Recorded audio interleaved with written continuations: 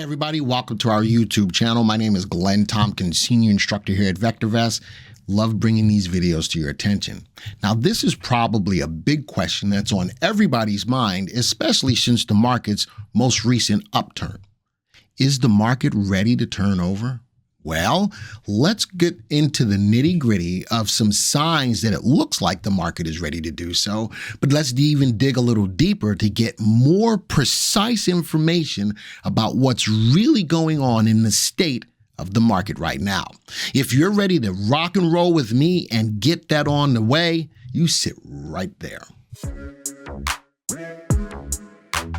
Hey everybody, Glenn Tompkins, Senior Instructor here on our YouTube channel. As you know, I love bringing these videos to your attention, and it's probably a question that many of you are asking right now, especially if you've made some good money in this most recent uptrend. So let's start talking about, from a market's perspective, what the market looks like. So let's go look into the VectorVest software. Many of you are not subscribers to the VectorVest software or the VectorVest system, and that's okay because we're still here to help you as well. As I'm looking at the market, I'm looking at the S&P 500. Or the SPY. And I can clearly see that over the last 6 months, we were in a little bit of a wedge. We broke out of the wedge to the upside. The market was moving higher. Now, I put out a video recently about what was going on from a recessionary standpoint. And one of the things that I said about this market move right now, there's no good news driving the market higher. No good news. But there is another side of that. Earnings is the engine that drives a market higher. Companies are still, for the most part, meeting or exceeding their earnings expectations. That's going to continue to push markets higher. But we know that there's other news out there. We know that there's high inflation. We know that the Fed is still raising interest rates in a hawkish manner. And these are things that could pull the market down. But knowing that the true engine behind the market's move is earnings is giving you the full story. All right, so now I'm looking at the S&P. I've got a level sitting here at 418.28 of a level of resistance. And you notice that as the S&P is going up, notice that volume is going down. That is a sign that the market could be at a point where it's turning over. It means that as this move up in the market is going along, a lot of people are not participating in it. And if it's not participatory, then that could be a sign that the market is rolling over. 2, I've got moving averages, a 3 and an 8 exponential moving average. Notice that they're turning over as well. 3, look at this level of resistance. Again, where are we stopping? We stopped here as a level of resistance. We were back here as a level of support before we broke down below it. But this level of resistance we've touched and pulled back today. Now, the 3 and the 8 haven't crossed bearish on an end of day basis yet, and we are still above this trend line that formed this level of the wedge. So there are signs that we could be turning over, but what are we looking for? Confirmation. There's 2 pieces of confirmation as I'm looking at the SPY that I would be looking for. 1, on an end of day basis for the 3 to cross below the 8, or number 2, this level of support as the market is moving higher if it falls below that as well. So now, let's talk about the VVC. And this is what we use for timing the market. And look at this, same kind of scenario. Sitting in a little bit of a channel. This was a little bit of a wedge, broke out.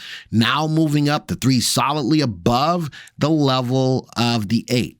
2 things that I see right here. 1, this is a candlestick pattern known as a shooting star, and today we got confirmation of it. Now, still, on an end-of-day basis, the 3 hasn't fallen below the 8, so from that perspective, we're still okay. So as you look at this, another thing to really see if the market is in a level of being overbought, we've got an indicator here at VectorVest. If I go to my homepage, there's an indicator called the MTI, or Market Timing Indicator.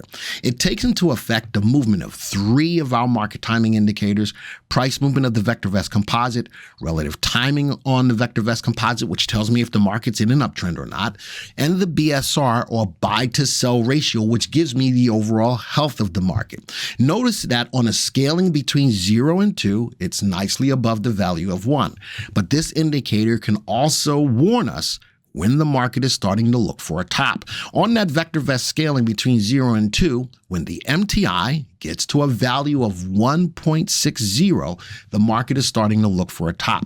We're not there yet. So I wanted to show you the differences between what the graphs are showing you and the power and the flexibility behind the VectorVest system to give you more detailed information as to what's truly going on in the market. So we're not at that overbought level yet. So as you look at this, you say, well, how do I get a better answer of if the market is ready to turn over? Well, what affects markets? Besides earnings being the engine that drives the market higher, what else happens? News can affect the market. So as I move into my next slide, all right, this is the upcoming news from the news that's going to affect the market. All right. Today is Tuesday. When unit labor costs came in at 10.8, which is higher than forecasted, but lower than the previous, which is a bearish sign that it's lower than the previous. What else is going on? Big news could affect the market in either direction, depending on how it comes out, is the CPI, the core CPI coming out, the Consumer Price Index. That tells us if we are paying more for goods. Now, it came in, let's go see, year over year at 9.1. It's forecasted to be at 8.7. So as you look at that, does that mean inflation is getting better? Sure, that's a great sign, but it's still high, even at 8.7, and that is still negative news overall on the market. Now, it could be spun a different way. Well, it's getting better, and if it's getting better, then we got to keep rocking and rolling and drive the market higher. It all depends on your perspective. 8.7 is better than the previous number, but it's still high. Now, what does this mean? It means that the Fed's going to say, yeah, we're going to keep raising interest rates and maybe even get more hawkish because we're affecting inflation. Just keep your eyes on that. But that's another sign that the market could be turning over, but it all depends on how it's spun. All right. Thursday, we have core PPI month over month, and we have initial jobless claims. Big spike last week in that number. Could it look higher again? It's forecasted at 263,000. The prior number was 260. Let's go see what happens with that. And then on Friday, we're going to get a little bit more into oil. I still think that oil is a good play, but all of these things can affect the market, whether it's more to the upside or to the downside, no matter what the graph looks like. Now, as you look at all of this, you say to yourself, what's an investor to do?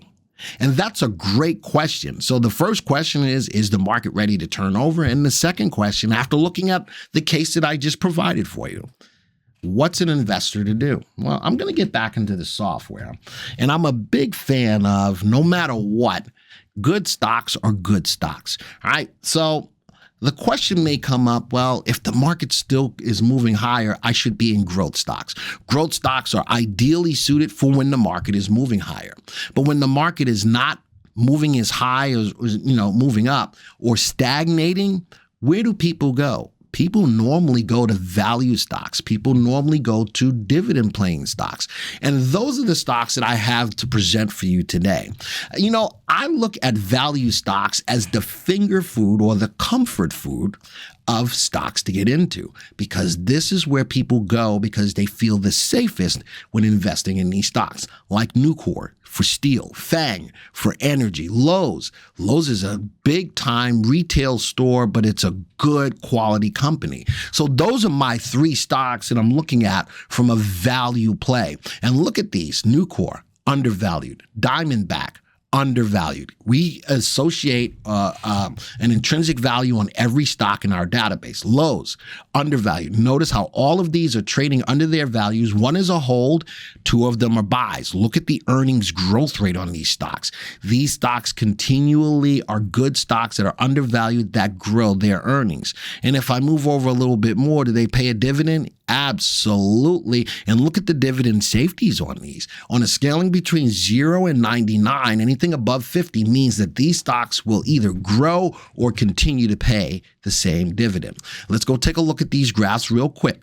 I'm going to put these on a 6-month graph as well, and I want to see what they look like. Look at the move on steel. Look at the move on Nucor. The 3 and the 8 look great. RT is above 1. Something that catches my attention is the volume. I'd really like to see rising volume as I watch this move, but definitely, could this be on a new uptrend? Absolutely. Something to keep your eyes on. How about Fang? Fang, 3 and the 8 cross, pulled back down. Was that a good opportunity to make money? Yes. What just happened? The 3 and the 8 just crossed, but I've got a level of resistance sitting at 133.04 as the stock is trading at 125. Again, I do see overall a nice upward move. I'd like to see more volume, and I'd like to see the relative timing go above 1 as well. And my third stock is Lowe's.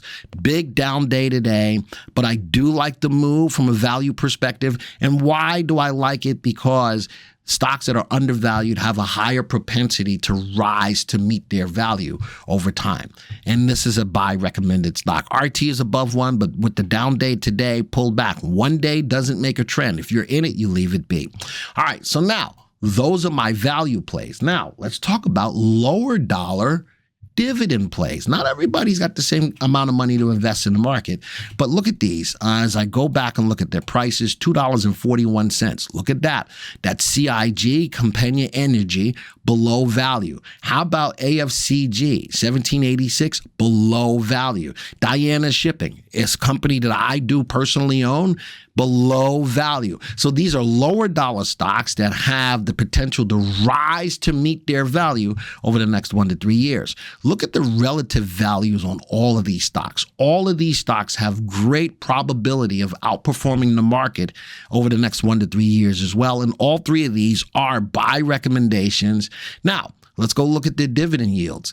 Can these companies pay off, keep their dividend, keep that dividend? Well, I always look at earnings yield compared to dividend yield. As long as the company makes enough money to pay the dividend, then I'm happy. And all three of these lower dollar stocks make enough money to cover the dividend. Now, these dividend safeties are not at the values of 50, but they are above the value of 40, and they are lower dollar stocks. Now, everybody would love to have passive income when it comes time to making money, but a stock that pays a dividend is also a stock, maybe that dividend offsets the price decline if the market does go down.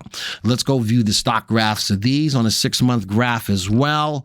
I'll look at that bounce. Look at that. Utility electric bouncing off support. 3 and the 8 look good. I've got headwinds up to $2.54, which is about 15 cents higher than where it is right now. A little bit more volatile in the move, but I like the definite trend of the stock. AFCG, REIT mortgage, found the level of support, nicely moving up, coming up to a value of resistance at 18.24, but keep in mind, all of these stocks do pay a dividend. DSX pulling back, the 3 and the 8 still above, the 3 still above the 8, volumes falling back. And you know something, even though I own this stock, this may be a stock with the most recent uptrend that I might not be alerted to, or I might not be afraid to take some profits off the table. Even if I take half off the table and still remain in the stock in case the market does move up, that's where I stand. All right, so with all of this, what does this all mean for you right now? 1, the markets are showing signs that it wants to turn over. But keep in mind, earnings are still in play. Companies are still, for the most part, meeting or exceeding their earnings. 2, our indicator, MTI, is not telling us that the market is overbought yet. 3, news could definitely move the market, whether it's to the upside or to the downside. What do you do right now? You consider looking at those value plays. You consider looking at those dividend plays. But you know something? Most likely this is a good time to hit the pause button. The stocks that you've made money in, don't be afraid to take half off the table and still remain in the other half, lock in those profits. So with all of that being said, folks, that's where we stand. You can make your own decision. All I've done is presented a case for you. Remember, if you like the content, don't forget to hit the like button. Please don't forget to share this content, and don't forget to subscribe to the channel if you haven't. This video is over, and until the next time, see ya.